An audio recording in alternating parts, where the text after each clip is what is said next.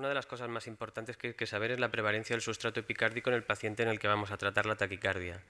Es muy importante también, si es posible, disponer de un registro de la taquicardia ventricular y mirar los criterios que se han descrito que facilitan la identificación de un origen epicárdico, como por ejemplo el patrón wolffiano durante taquicardia, la presencia de una onda pseudodelta, la medición de intervalos, criterios basados también en mediciones de la duración de los intervalos para las taquicardias del tracto de salida y también la presencia de ondas Q en las derivaciones que miran el lugar donde se origina la taquicardia en pacientes con miocardiopatía dilatada de origen no isquémico. Como veremos ahora, también es importante en los casos en los que se pueda disponer y mirar qué es lo que nos dicen las técnicas de imagen, y también es importante analizar las señales intracavitarias, los mapas de voltaje y también los mapas de activación, mirar si la activación es focal, mirar cuál es la precocidad de la activación y mirar si hay presencia o ausencia de electrogramas diastólicos. En esto no vamos a entrar porque la charla es muy corta y requeriría más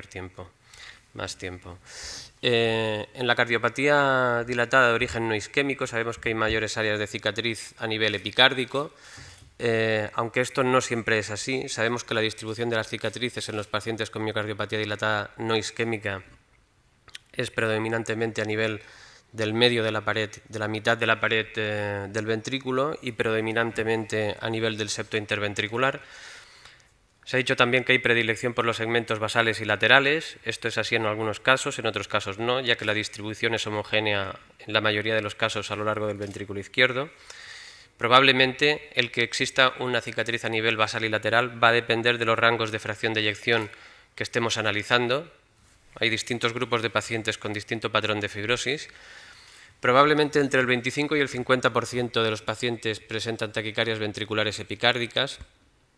Esto es un dato que no es demasiado aproximado, pero probablemente justifique el hecho de que al inicio del estudio ya podamos colocar una guía epicárdica antes de comenzar con la heparinización para hacer la cartografía endocárdica, y también lo justifica el hecho de que el éxito de la ablación en miocardiopatía dilatada de origen no isquémico ya sabemos que es muy bajo, así como las recurrencias. En cuanto al caso de la cardiopatía isquémica, disponemos de datos no ya de procedimientos de ablación con catéter, sino de la época en la que la ablación de las taquicardias ventriculares se hacía durante procedimientos de cirugía cardíaca y en los que el mapeo de los sismos de la taquicardia era mucho más preciso que ahora. Y datos de esos momentos nos dicen que el 20% de las taquicardias ventriculares tenían una activación epicárdica más precoz y que además el 14% de los circuitos eran completamente subepicárdicos. Solamente el 25% de los circuitos fueron completamente subendocárdicos durante mapeo en cirugía cardíaca. Esto lo que nos dice es que en casos de cardiopatía isquémica muy probablemente el acceso epicárdico está infrautilizado. Otro caso distinto y especialmente interesante es el de la displasia ritmogénica del ventrículo derecho. En ella sabemos que la prevalencia de sustrato epicárdico de taquicardias ventriculares es muy elevada. Por la fisiopatología de la propia enfermedad sabemos que hay atrofia miocárdica y reemplazo fibrograso, que desde hace tiempo sabemos que se inicia en el epicardio y progresa hasta alcanzar el endocardio, y que el sustrato de las taquicardias ventriculares hasta en un 80% es epicárdico. Por lo tanto, muy probablemente esto justifica también de entrada, cuando vayamos a hacer una ablación, hacer un acceso combinado endocárdico y epicárdico, sobre todo si el paciente se encuentra en fases incipientes de la enfermedad en la que no vamos a encontrar prácticamente nada de sustrato en el endocardio y si están esas lesiones cicatriciales en el epicardio del ventrículo derecho. En cuanto a las técnicas de imagen, pues esto es lo que nos encontramos. No hace falta hacer sofisticadas adquisiciones de resonancia magnética para darse cuenta en los pacientes en los cuales se le podamos hacer, porque no sean portadores de desfibrilador, que hay pacientes, fundamentalmente en aquellos que tienen cardiopatía isquémica, que tienen un predominio de las lesiones a nivel de subendocardio y que tienen el subepicardio respetado. Esto es lo que nos vamos a encontrar en los mapas de voltaje, los mapas de sustrato. Por tanto, aquí está claro y no hay duda de que no tenemos que hacer un acceso epicárdico, y en los pacientes con miocardiopatía dilatada de origen no isquémico con rangos de fracciones de eyección bastante bajas, con frecuencia nos vamos a encontrar zonas de cicatriz que predominantemente en estos casos se encuentran a nivel basal y epicárdico, y esto es lo que nos vamos a encontrar cuando hagamos los mapas de sustrato, conjuntamente con mapas de voltaje en los que no vamos a identificar sustrato para arritmias ventriculares no idiopáticas. Por tanto, muy importante las técnicas de imagen cuando dispongamos de ellas. Cuando no sea posible realizar técnicas como la resonancia magnética, porque los pacientes sean portadores de prótesis de cualquier tipo, desfibriladores o marcapasos, pues es importante, si nosotros preveemos que la prevalencia de sustrato epicárdico es importante, disponer por lo menos de un TAC, porque ello nos va a permitir hacer una fusión de imágenes como lo hacemos nosotros o con otras estructuras. Nosotros lo hacemos fusionando la segmentación de la anatomía del ventrículo derecho con el mapa electroanatómico del ventrículo derecho. Si la fusión es buena, que es buena o puede ser buena prácticamente en el 100% de los casos, ello nos va a dar una gran confianza en saber dónde estamos realizando la aplicación de las lesiones, nos va a permitir mapear el epicardio de forma correcta y saber que no estamos haciendo aplicaciones encima de las arterias coronarias, y al mismo tiempo nos va a dar una referencia importante, ya que las propias arterias coronarias nos van a delimitar, nos van a dibujar, digamos, los límites del ventrículo derecho. En cuanto a la punción, pues yo creo que ya esto se ha repetido muchas veces, no es especialmente complicada. Nosotros al principio lo hacíamos y se puede hacer con anestesia local, sin anestesia general del paciente. Luego hemos visto que por mucho que anestesiemos al paciente siempre pues sufre un poquito, y si podemos evitar, aunque sea un poco de sufrimiento al paciente, pues es mejor hacerlo. Ahora lo que hacemos es anestesia general con intubación en la sala de electrofisiología. A pesar de eso podemos anestesia local porque a veces sienten algo de dolor los pacientes. Utilizamos la aguja que ya se ha comentado con punta Roma. Es recomendable tener dos longitudes de aguja, una que es de 9 centímetros y otra de 15 centímetros. No es infrecuente tener que utilizar la aguja larga. A continuación cogemos una jeringa con contraste diluido. Al principio utilizamos contraste desde bastante pronto durante la punción. Luego hemos visto que no es necesario, simplemente vamos avanzando en la dirección que queremos y con la angulación que queremos, 45 grados para alcanzar la parte más posterior del corazón, 30 grados para alcanzar la más anterior, y simplemente lo que hacemos es inyectar pequeños bolos de contraste cuando alcanzamos y notamos con nuestras manos que estamos en contacto con el corazón y notamos el latido cardíaco. En ese momento inyectamos un pequeño bolus. Muchas veces no hace falta más de 1 o 2 centímetros cúbicos de contraste. Rápidamente lo que ocurre es que en lugar de tener un borrón de contraste radiopaco con la escopia, vemos como rápidamente nos dibuja la silueta cardíaca, y a continuación introducimos la guía. Y la maniobra de introducir la guía es muy importante, debemos estar seguros de que estamos en espacio pericárdico. Es fácil confundirse si no se utilizan distintas proyecciones cuando la guía atraviesa por completo el ventrículo derecho y va a la arteria pulmonar derecha, porque nos puede dar una imagen muy parecida a que la guía está siguiendo la silueta cardíaca, de forma que es recomendable, en primer lugar, avanzar la guía todo lo que podamos, ver que no hace extrasístoles, hacer proyecciones y ver que la guía no solamente ocupa una cámara, sino que ocupa el trayecto que hace, no es posible para estar ocupando una sola cámara.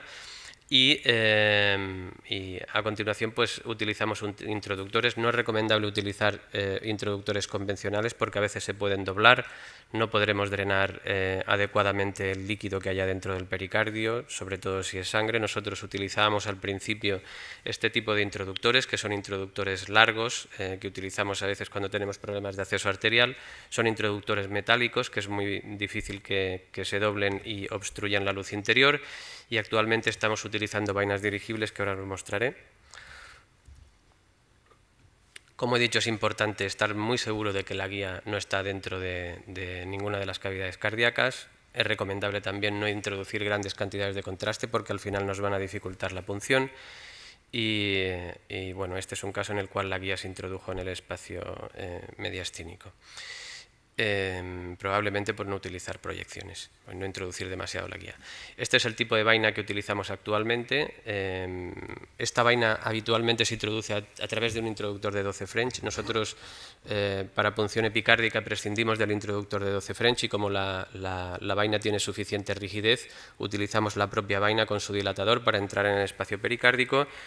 Facilita muchísimo el mapeo, facilita que el catéter esté mucho más estable en el pericardio y facilita mucho el contacto y la precisión con la que se está mapeando el área de interés. Una vez dentro del espacio pericárdico se utilizan efectivamente catéteres irrigados. La recomendación, siempre y cuando no haya sangrado, es que no se irrigue el catéter irrigado. Casi siempre se puede aspirar un poquito de sangre mezclada con el salino que hayamos introducido. Esto es muy habitual. Casi en el 20% de los casos hay punción del ventrículo derecho. A continuación introducimos el catéter. Como en este momento ya hemos hecho la fusión con el mapa electroanatómico del ventrículo derecho, podemos ver cómo navegamos con el catéter, podemos ver si estamos introduciendo el catéter por la cara inferior diafragmática del ventrículo izquierdo o si estamos accediendo a nivel anterior del ventrículo derecho, y podemos estar seguros, ya que hemos hecho la fusión y tenemos el recorrido de las arterias coronarias, de si estamos haciendo las aplicaciones en el lugar correcto o estamos haciendo aplicaciones de riesgo encima de las arterias coronarias.